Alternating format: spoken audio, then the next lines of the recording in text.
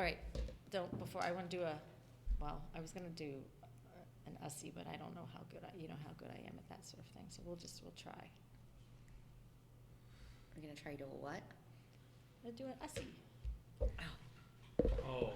You're in Like a selfie, but not. But not. Ready? What do they call it? Don't they call it an Ussie? I don't know. I don't think that's a thing people say.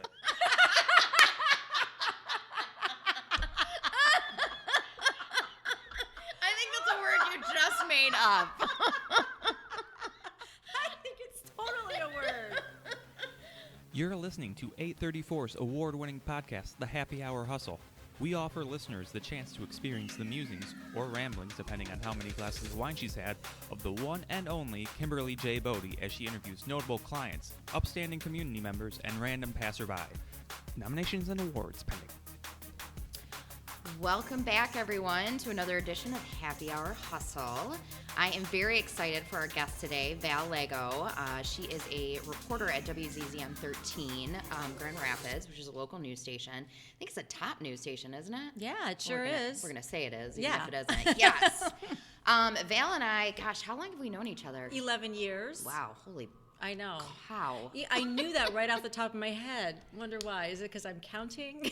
It must be. Are you counting down to retirement? What's happening? Or are you just regretting the last 11 years? Right. It's been that long. How did we first meet? Oh, wait. First, I must ask you, what is your favorite drink? Oh, boy. It be depends beer, on could what I'm be- in the mood for. So I really love a Sauvignon Blanc with ice. We're both classy that way. Very classy. Or I like a little vodka, and I mix it up with different types of, stuff. You love Miller Lite, too. And I like the Miller Lite. Sometimes I just like a good I mean, you beer. can just hang. Yeah, no matter where you are. Yep. Yeah. Fireball. 'Cause who doesn't like the Fireball? God, the Fireball, yeah. I hate the Fireball. Okay, so how did we meet? Do you remember how we first met?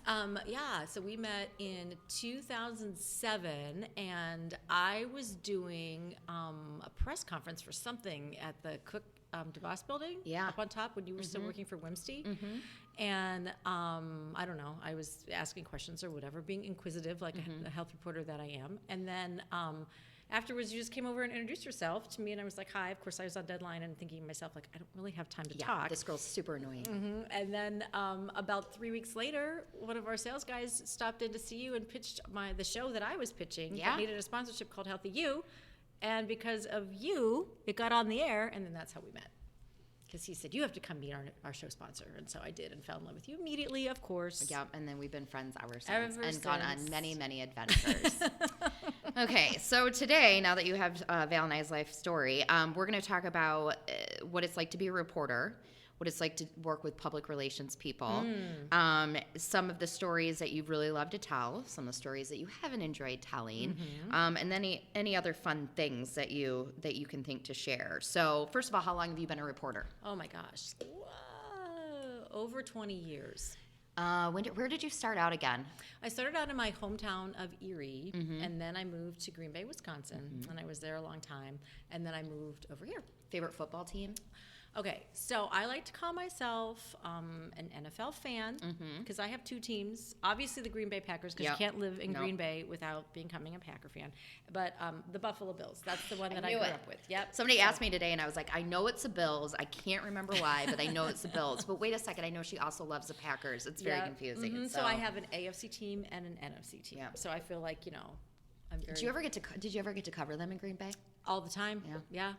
Super Bowl, locker rooms, all Favorite of it. player to talk to? Do you remember? Gosh, I would have to say, well, this goes way back to the 96 Packers, but Nal Diggs. So I used to do a little thing called the Packer, I think it was the Packer Corner or something like that. And so I would catch up with Packer players who were no longer rookies. So after the first year, after their rookie year, so when they came back for the season, we'd meet and we'd talk about like, hey, what was it like that first year? So we had video of them actually playing, and a little bit more inside. They kind of removed from that rookie year, so they were a little bit more engaging about what was going on. So he loved shoes. So awesome. We talked a lot about shoes. We met, upstairs of a bar. He loved to play pool. Who was it? His name was Nal Diggs. Oh, okay. And he also loved to play pool. I'm horrible at pool, and he definitely tried to teach me, Mm-hmm. and it told bet me that that didn't work yes, out. said Yeah, there was no, not at absolutely all. no hope. Yeah. So that was he was very fun. I enjoyed that with him as well. So yeah, there were a lot that were just really like. Well, and you had engaging. your little brush with fame there too, covering what's Making it? of a Murderer. Yeah, yeah. Yes. So if you guys notice a local reporter in Green Bay, and there's a clip, and it's of Val, because that was one of the stories you covered when you were in Green Bay. It was right, like just, I'd say maybe 4 months before I moved here. So I didn't actually get to do the trial, Yeah. with which a lot of them did. A lot of the other reporters did, obviously, but I did like the leading up to it. So the little snippet, the little 15 or 20-second snippet, is just of me standing outside of federal courthouse and doing a little stand about what had happened that day. But what was so funny about that is I didn't want to go because we had to drive all the way from Milwaukee from Green Bay. So we had to leave at like 5 in the morning, which meant I had to get up super early. And I thought, I'm just going to wear a ponytail and I'm going to wear this leather jacket and jeans. And like, I don't care. Nobody's going to see this. And they did. Right. So, note to self, you might just want to put on some makeup.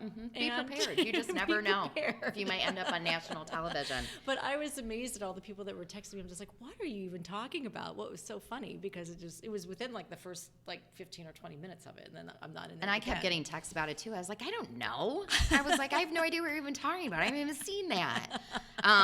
Okay, so why did you choose this profession? I love to tell stories. I love to tell stories. I love to meet people. And most of all, I think I just wanted to always be able to help, in some way, shape, or form, and know that whatever it was that I was doing served a purpose. But mostly, I like to talk. Well, that's true.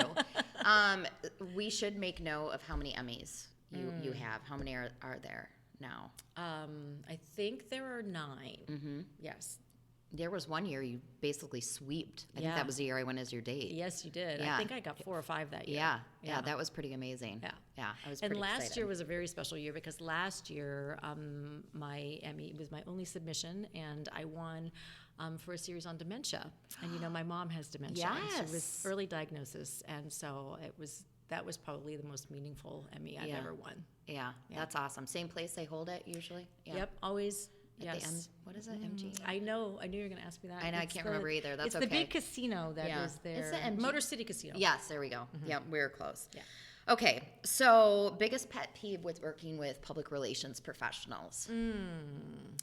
That often they don't remember which news station you work for. Oh, come on. Oh, And so that's a little insulting. slightly. Yep. Or they don't know their topic entirely. Yeah, Of what they're pitching. yeah. Especially if you're going to pitch someone like myself who's been reporting health for Right. 15 years. If you're going to pitch me a topic on it, I'm going to ask you questions about Right. it, and I want you to be informed about whatever it is. If it's your client, you should know what it is that you're Well, talking obviously. about. Yeah. But so- also, they should do research on any reporter. Like, what is the past stories that you've covered? What's the most recent one that you've done? Is this, Yeah.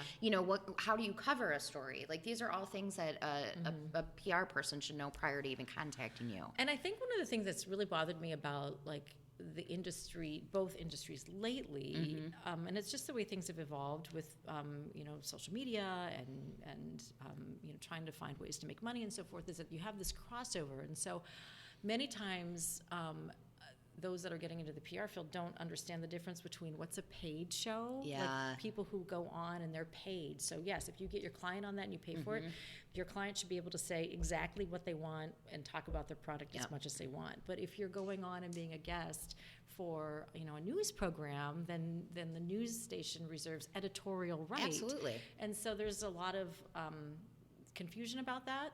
And so a lot of complaining that they, so-and-so didn't get to say what they wanted. They didn't get to see the questions in advance. So that there's a blurred line there. It's really nobody's fault. But at the same time, it's hard sometimes to do your job Yeah, when see, you're trying I to would explain. disagree with you. I think that's completely on the PR professional. First of all, everyone who's listening, you don't ever ask a reporter for the questions beforehand. That is absolutely insulting. You prep your client to answer questions. You prep your client to maybe direct the conversation in a different way, or to redirect, if you will. But you absolutely never request questions beforehand. And that's on us as PR professionals to educate our clients about that. Because I've had clients ask me that before. Well, can you get the questions? No, I'm not going to ask. That's insulting to the reporter because it's your story and you're going to choose how to tell it. And whoever we're bringing in is the subject expert or whatever. So they just have to be prepared to be able to talk on the subject in general and be prepared for different questions that you'll ask. Yeah, and so I think there's a lot of out there that aren't like that don't do that, and so that's I think that's a frustration of mine. Also, posting to the web. Yeah. And wanting it, right away, or if it didn't get up, if there's, a web person off, it's not always my fault that it didn't get on. And so sometimes trying to navigate that for the person that you did the story for, because obviously, you want to make sure that their story gets on. And putting them through the right person. I think a lot of times, if people feel like their client was not represented the right way, or whatever the story might be, going right to your boss instead of having a conversation with you about it. Yeah, that's always irritated me, because I thought, well, why would you want to blindside me like this when we were doing a story? Yeah, do you want to harm that? You're just harming the relationship in the future, because then you're not going to choose to cover that organization or individual again. And that's another thing too, expectations that you should just get coverage, that you don't have to give me a reason to do it, that it should just happen, you know? And that's... Because you're kind of a big deal. Because that person's kind of a big deal. Yeah, Val, I should just get coverage whenever I want it. Okay. What is the weirdest story you've ever covered? I'm sure there's many that I'm missing, but the one that I think that comes to mind for some reason right now, I don't know, but I was only in Grand Rapids about a month or so, and they wanted me to go cover a story about trucker bombs. How truckers drive down the road and they don't want to stop and pee, so they pee in a bottle and they throw them out the window. Oh my gosh, that's amazing. So on the way to work, one of our producers had seen what he thought and claimed was a trucker bomb on the exit, and so he sent my photographer to go get video of it, and then I had to drive down to the truck stop and ask people, truckers, if they do this, if they pee in bottles, if they don't take time to go and stop to pee. And that was my story. And so, because obviously we now need to know, did they fess up to peeing in bottles? Well, as you might imagine, many did not want to answer the question. Weird. So weird. I mean, gosh, that's so odd. But I did get one to play along, and he was actually quite comical. But I thought, holy cow. The other one, maybe not so weird, but miraculous, because I have horrible luck. Yeah, horrible absolutely horrible luck.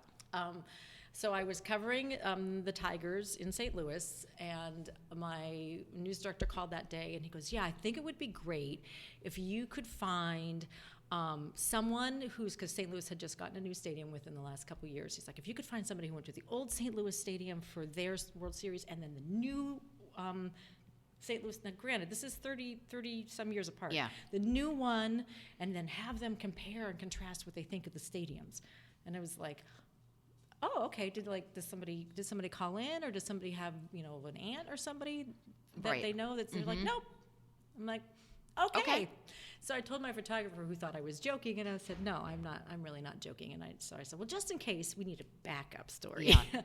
It rained. Everybody's staying an extra day. Yep. How about I go to the hotels and see how they're handling extra? That's fun. So we went into a hotel to get sound on that, because where was I going to find this person? Right, exactly. But as I was standing there waiting patiently for the manager, this little tiny, 4-foot-tall older woman, she was in her 90s, comes up to the counter. You barely see a top of the counter. She has this shawl on. And I happened to glance over, and I thought, oh my gosh. I said, excuse me. I said, are those World Series tickets that are sewn into your shawl? And she said, yes. I have every single one since 1932. And I said, would you happen to have the one from, the 60s and the St. Louis Cardinals? She's like, yeah. She shows it to me, and she said, it's right here. And I said, oh, can I do a story with you? And she goes, oh, well, I'm on my way to take my nap. And Oh, I'm no. like, You're like, well, wait. yeah. And I'm like, I promise you, we can do it right here. It'll be 10 minutes. And I mean, seriously, my photographer's waiting outside for me, and she's like, I don't know. Finally convinced her, got her to sit down. And Because she needed a nap, so she might as well rest. called my photographer and told her that I had found it. Well, Yeah. he thought I was joking, so he comes in. I'm like, no, you have to come inside. Like, I found this woman. Right. Let's do this. He comes in without his tripod, without lights or anything, because he thinks that I'm just Joking. being a jerk. And he's like, oh my God, you found someone. I'm like, I know. Can you believe it? And she had the best story ever. Yeah. So that was some dumb luck for sure. Yeah. What is the funniest thing that's happened to you on camera? Oh goodness. Yeah, there's a lot of them, I know. Yeah. Like that whenever I get asked that question, I always draw a blank because there's just too many. Well, I'm a little dyslexic. Yep. And so I have a tendency sometimes to misspeak, probably more often than I should. And so, especially if I get tired or Yeah. something. And so I can remember it was like a weekend, first couple years I was here, and there was like a big mudslide somewhere. It was after Hurricane Katrina. And I had said, 30,000 people were involved in the mudslide. Some of them had to be rescued by an evacuator. We'll be right back. And so my producer, Josh, gets in my ear cracking up, and he's just like, what is an evacuator? I go, I don't know. I was wondering that myself. And why didn't we use it during Hurricane Katrina? And he goes, excavator. An excavator. Bring in the evacuator. Oh my gosh, that's amazing. Okay, so here's a good one, because you told me this before, that viewers and some can be mean and overly critical. So you have been doing this for how long? Over 20 years. Yeah. I cannot possibly imagine being under or in the spotlight and being, everything being magnified.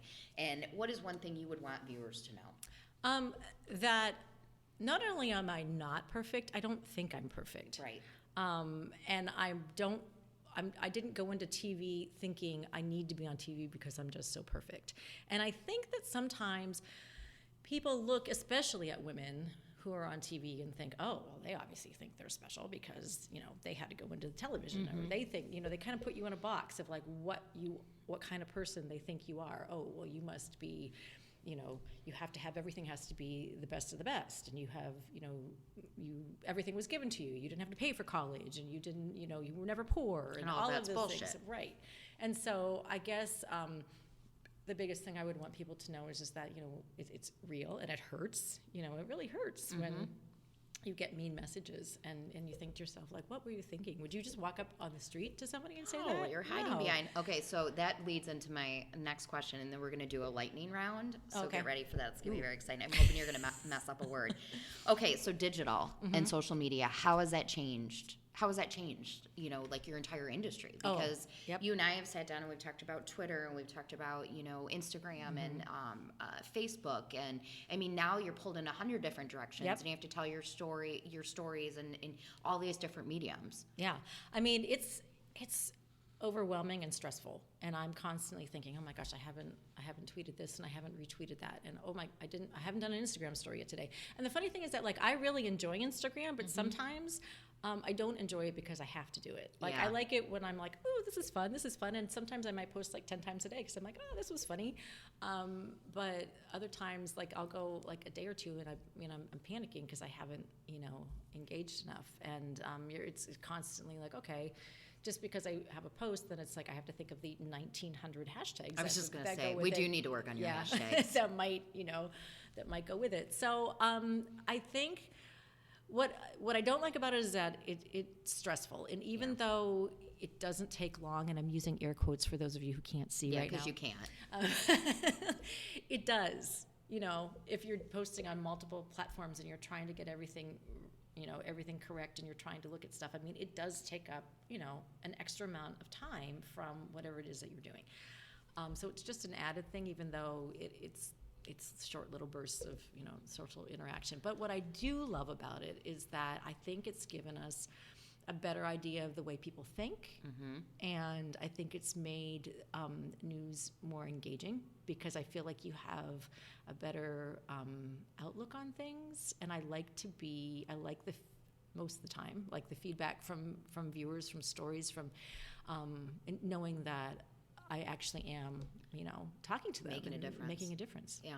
All right. Favorite stories that are relevant to you to tell, or if a PR professional is going to reach out to you, what do they need to know? I want, if it's going to be health related, I want something that's unique and original. I don't want you to pitch me ways to fight the flu, which includes sneezing into your arm, washing your hands, and using hand sanitizer.